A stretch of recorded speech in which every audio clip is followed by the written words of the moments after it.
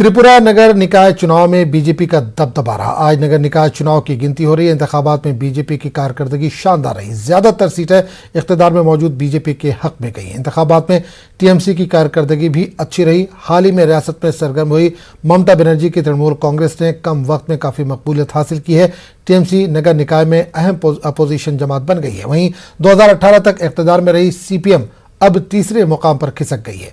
वादे रहे कि त्रिपुरा नगर निकाय चुनाव में बीजेपी और टीएमसी के दरमियान काफी गहमा गहमी रही थी।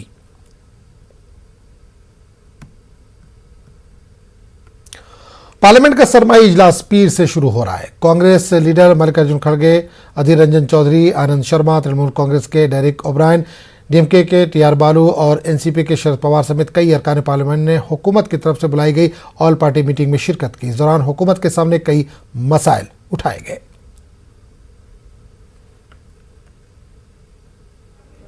बहुत से विषय उभर कर आए।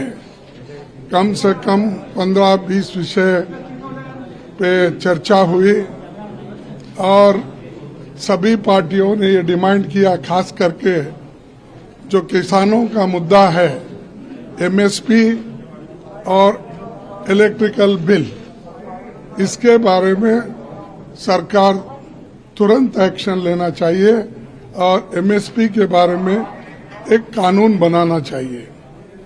उसी साथ कोविड का भी जो आज तीसरी लहर फैलने का एक अंदाजा दुनिया में चल रहा है, तो उसकी भी चर्चा हो गई।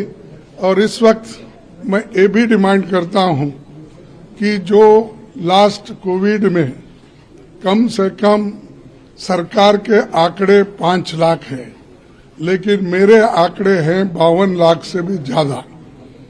तो जो लोग मृतक हो गए हैं, मर गए हैं, इसमें कम से कम उनको 4 लाख रुपए कॉम्पेंसेशन देना चाहिए और 700 लोग किसान जो बॉर्डर पे उनका देहांत हुआ है या वो मर चुके हैं, उनको भी कॉम्पेंसेशन मिलना चाहिए। ये हम सभी लोगों ने डिमांड किया है। आप रुकन पार्लियामान संजय सिंह ने इल्जाम